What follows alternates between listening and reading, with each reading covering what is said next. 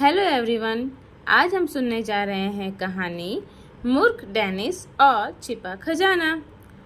तो इसमें इस लड़के का नाम है डेनिस, जो कि मेन कैरेक्टर है। और इसमें क्या है ना कि डेनिस अपनी मम्मी के साथ रहता है एक बड़े से घर में, जहाँ पर एक मुर्गी वाड़ा है, मुर्गी का घर है और खेत भी है, सब्जियां उगाते हैं वो लोग, और विशाल बगीचा है ना।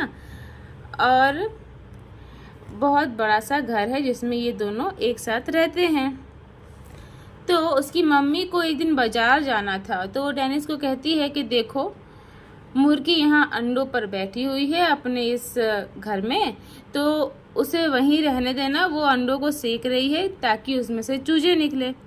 तो उसे परेशान नहीं करना और ध्यान रखना कि उसे कोई और भी परेशान ना करे, और साथ ही तुम घर में भी कुछ गड़बड़ नहीं करना, आराम से अपना एक जगह बैठ के खेलना।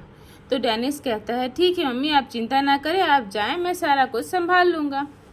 मम्मी के जाते के साथ ही डेनिस जाके चेक करता है कि मुर्गी क्या कर रही है, और वो देखता है कि मुर्गी थोड़ी देर के लिए अपने हाथ पैर फ्री करने के लिए थोड़ा बाहर वहाँ से उठ के निकल जाती है। तो वो मुर्गी को डांटता है कि तुम खड़ी क्यों हो गई, जाओ वापस जाके अंडों पर बैठो, और उसे जोर से डंडे से मारता है, जिससे वो मुर्गी को मारना तो नहीं चाहता है, पर क्या करे, वो डेनिस मूर्ख था, गधा था, उसे पता नहीं था कि कितना जोर से मारना है। बहुत जोर से मार देता है जिससे कि वो मुर्गी मर जाती है। मुर्गी मर जाती है तो डेनिस सोचता है कि अब तो मुझे मम्मी डांटेगी, तो एक काम करता हूँ, इस मुर्गी को मैं आग में सेक कर मम्मी के लिए डिनर तैयार करता हूँ, रात का खाना।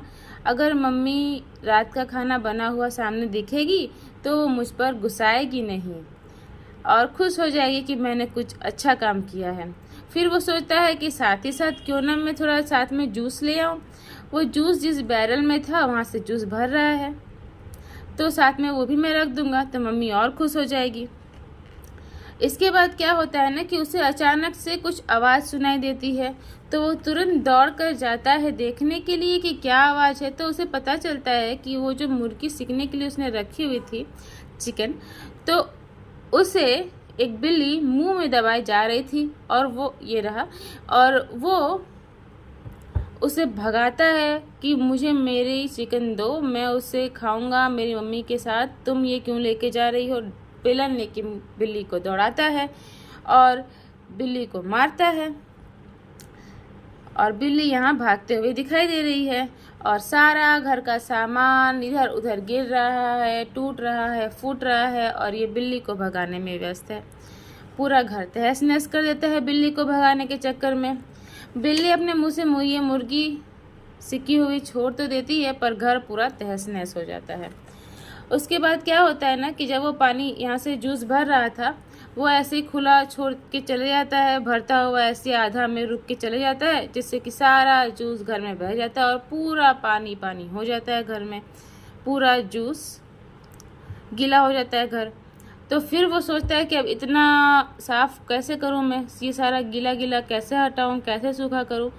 तो उसकी अकल ये काम करती है कि वो सोचता है कि आटा घर में पड़ा हुआ है, बोरे में ले आता हूँ, आटा डाल देता हूँ, आटा सरबत सोख लेगा और सारा सूखा हो जाएगा। अब ये बेवकूफ़ को कौन समझाए कि ये सफाई करने का तरीका नहीं है, इससे और बर्बादी होती है। पर वो यही करता है, जिससे न जूस सूखता है और आटा जो गीला होता है सो अलग, पूरे घर में कादो और किचकिच हो जाता है। और फिर वो उसी गंदे पाँव को लेकर पूरे घर में घूमता है, जिसकी वजह से उसका पूरा घर भी गंदा हो जाता है। उसके बाद जब मम्मी आती है तो उसे बड़ी डांट पड़ती है, पर क्या करे, मम्मी भी तो जानती है कि मेरा ही बच्चा है और क्या कर सकते हैं। फिर मम्मी उसे कहती है कि एक काम करो, जाओ ये कपड़ा बाजार में लेके जाओ और बेच करके आओ, और अच्छे दामों में बेचना और ज़्यादा पैसे लेके आना। बड़े खुशी से जाता है वो बाहर कि मैं आज बहुत सारे पैसे लेके आऊँगा। जाता तो है मगर कोई उससे खरीदता तो नहीं। जब वो वापस आ रहा होता है तो रास्ते में उसे एक मूर्ति मिलती है, और ये मूर्ति से वो पूछता है कि क्या ये कपड़ा तुम खरीदोगे। अब मूर्ति कैसे बोलेगी, मूर्ति तो कुछ नहीं बोलती। तो डेनिस ये सोचने लगा कि अब मैं करूँ क्या, ये कुछ बोल नहीं रही है तो लगता है कि इसे खरीदना है। तो वो मूर्ति से कहता है कि अगर तुम कुछ नहीं बोलोगी तो इसका मतलब है कि तुम्हें खरीदना है, और अगर तुम्हें नहीं खरीदना है तो तुम ना बोल दो। तो मूर्ति तो कहाँ से बोलेगी, वो अभी भी कुछ नहीं बोलती है। तो वो सोचता है कि लगता है कि मूर्ति को खरीदना है, और वो अब कपड़ा वही मूर्ति के पास रखने लगता है और कहता है कि अब मेरे पैसे लाओ। पर अब मूर्ति पैसे कहाँ से दे। तो डेनिस वहाँ पड़ा एक लकड़ी का टुकड़ा उठाता है और मूर्ति पे मारता है कि तुम मेरी बात सुनते क्यों नहीं, मैं तुमसे मांग रहा हूँ, मुझे पैसे दो, तुमने कपड़ा खरीदा है तो मुझे तुम पैसे देते क्यों नहीं, तुम्हें पैसे देने ही होंगे। तो फिर ये कपड़ा यहाँ रखा हुआ है और ये डंडा मारता है तो क्या होता है ना कि ये मूर्ति का जो सर है वो टूट कर नीचे गिर जाता है, जिससे क्या होता है ना कि उसमें से बहुत सारे सोने के सिक्के नीचे गिरते हैं। बहुत सारे सोने के सिक्कों को देखकर डेनिस बड़ा ही खुश होता है और वो सारा पैसा उठा करके साथ ले जाता है अपने घर। इतना सारा सोने का सिक्का पैसा देखकर उसकी माँ तो बहुत खुश होती है और उसकी माँ उससे पूछती है कि ये कहाँ से लाए। तो कहता है मुझे उस हैंडसम से टोपी वाले अंकल ने दिया है जिसने ये कपड़ा खरीदा है। तो उसकी माँ जानती है कि ये मूर्ख है, इससे अब क्या पूछना, ये तो कुछ ही बोलता रहता है और आगे कुछ नहीं पूछती। फिर क्या होता है कि उसके दोस्तों को ये बात पता लगती है, डेनिस के दोस्तों को, कि इसे बहुत सारे सोने के सिक्के मिले हैं।